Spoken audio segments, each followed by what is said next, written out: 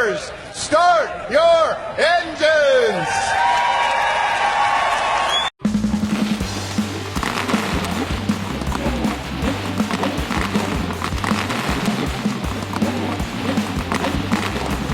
Green, green, green.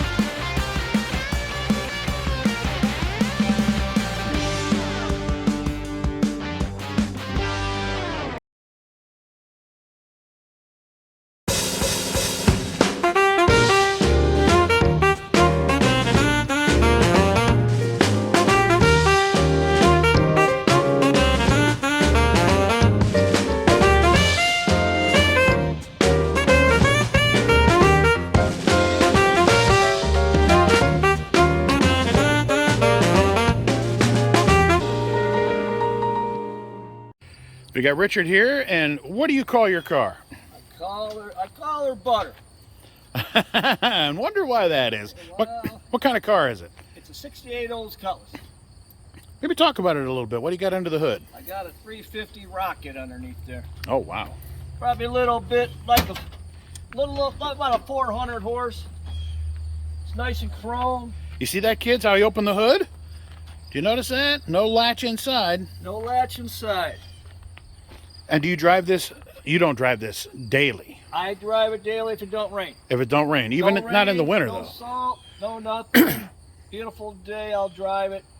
Like today, we're looking at rain maybe about 2 o'clock or Right. so, a little later on. Hopefully I'll have it home by then in Southgate by that time we get done. But you don't drive it in the winter.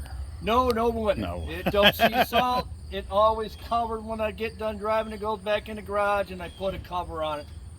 So I might have washed it since I've had it maybe about 5 times in 30 years. So you've had it for 30 years, so obviously you didn't buy this new. Nope. How did you find it? I found it on, it's from Dearborn Heights. I found it a long time ago in Dearborn Heights. 2 kids were selling it. I bought it for a cheap price, like $3,500. And I just started restoring it, trying to fix it up. I had it painted, butter color. They wanted red, they wanted black, but I wanted kind of basic color. So the yellow was the best for me. And this color here is from mellow yellow from '86, where the Volkswagens used to have it on it. Yeah, okay. It's pretty close to the color it used to be.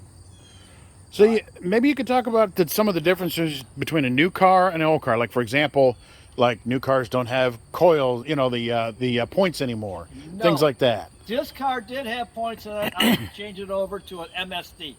MSD is when you turn the ignition on, it starts igniting the spark plugs right away. And if you have points in it, the car's got to turn over, and that's when you get the shock goes towards the spark plugs.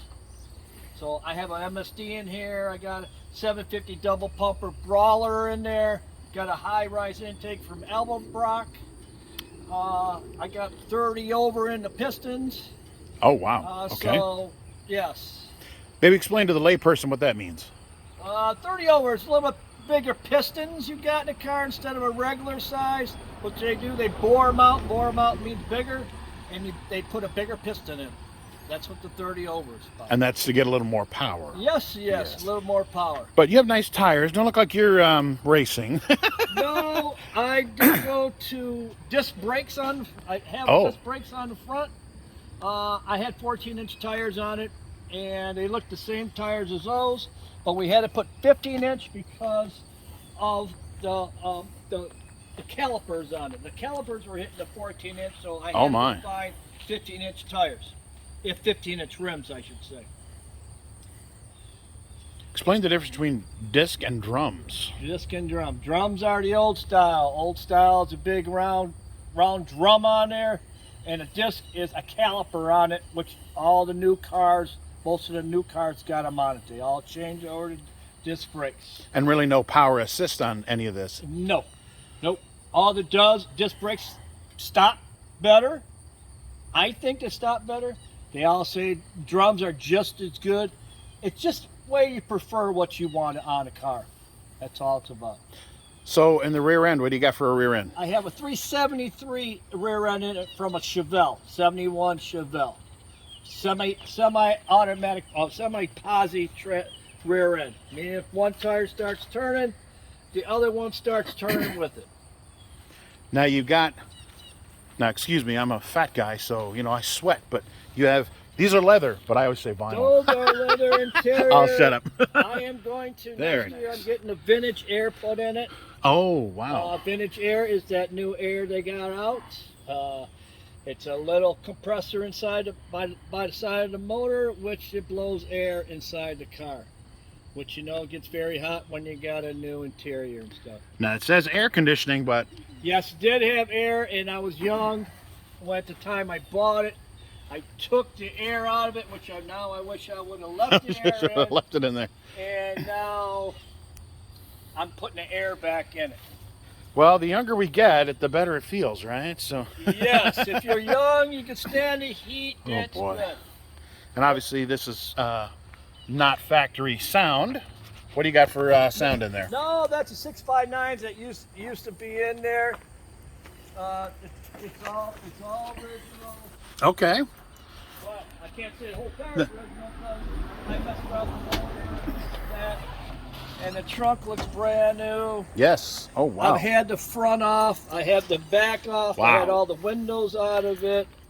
Oldsmobile right there. Oldsmobile, yep. Oldsmobile does not make cars anymore. No, they don't. For the kids watching this. Cars are hard. Parts for this car is hard to get. And so I've been looking and looking. I found the parts and stuff. I've had a guy put a new paint job on it. That was like about 10, 15 years ago.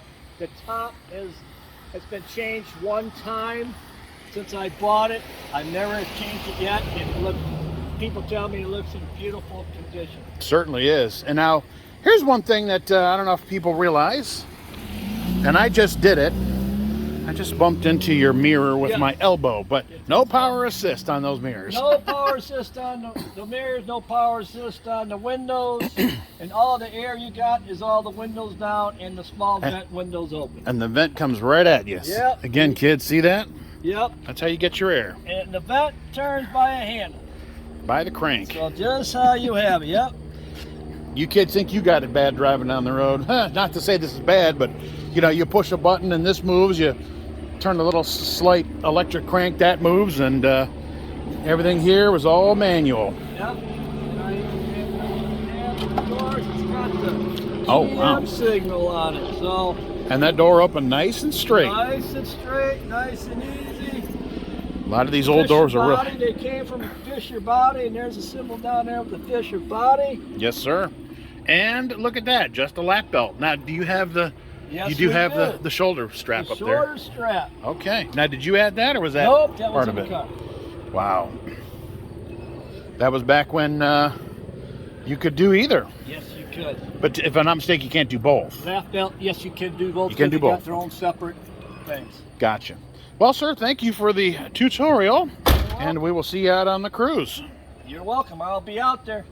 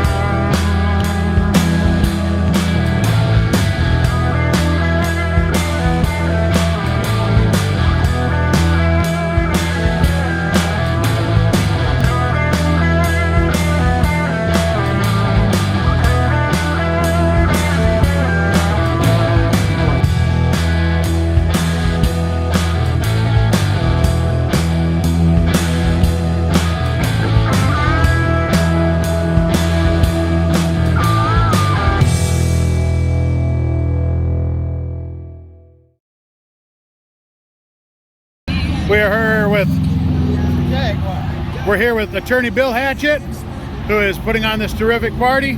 But here we stand in front of his 1963 Studebaker Hawk.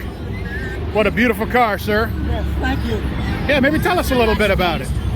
This is a car that was made in 1963.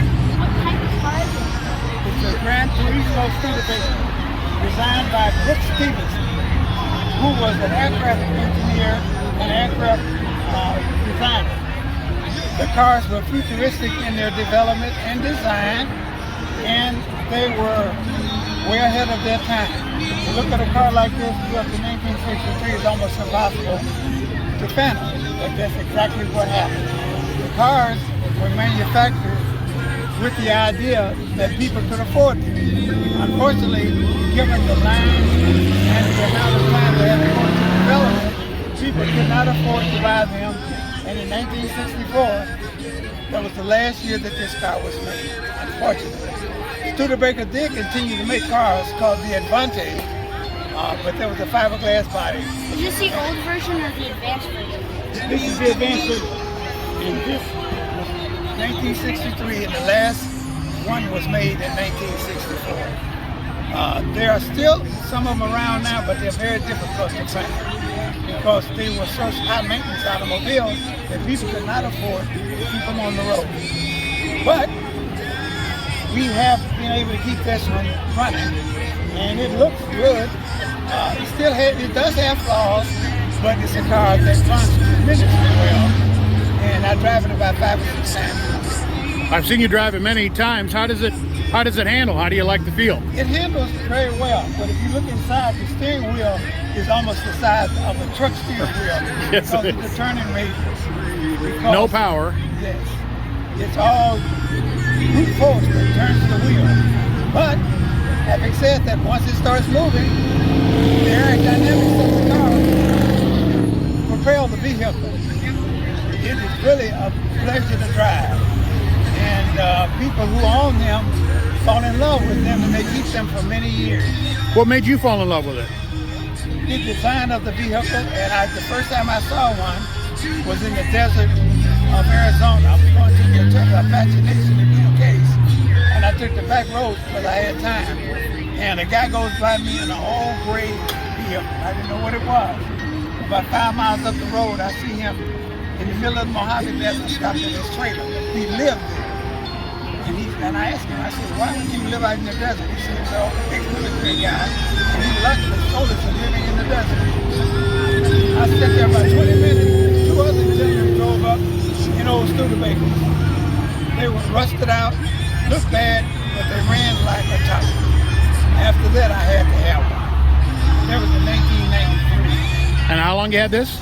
I've had this since 1994. And what are your plans for it? Probably give it to my son. He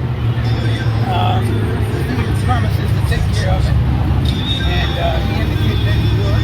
He's ridden in it many times. And it's a joy to drive. And everybody who sees the car wants to buy it. And people talk about how impressed they were because of how it looks. Once you own it for a while, you get to the point where you don't think about that. But it is a beautiful car. But the plans aren't anytime soon to give it to you. Oh, no, not anytime, anytime soon. Right. Do you have any more questions, sir? What? Do you have any more questions? Thank you. Sir, thank you very much. Thank you for the Milo, party. do you have any questions? Can I touch it? Yes. This is Roland. Roland, I'm sorry. I'm Milo. You're Milo, pardon me. Pardon me, I feel a little rain coming. Yeah, a couple drops. Yes. And that is my friend coming here. This is Roger Castano, who I've known for 50 years. What car does he have? Roger had a Jaguar, if I remember correctly. Oh, wow. Yeah. Wish you'd have brought it out, right? Yeah.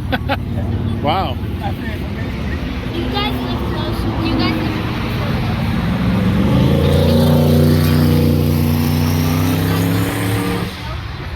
Wait, what other car do you have? I have Are you a doctor? Mercedes Benz. Huh? I have Mercedes Benz. I have a BMW. I am. I'm going to put this up on YouTube in a couple of weeks. So there you go. That's the channel right there. I see you looking at Well, I don't know if you call it a documentary, but it's you know, YouTube shows I make. So it'll be up in a couple weeks. You'll be on there.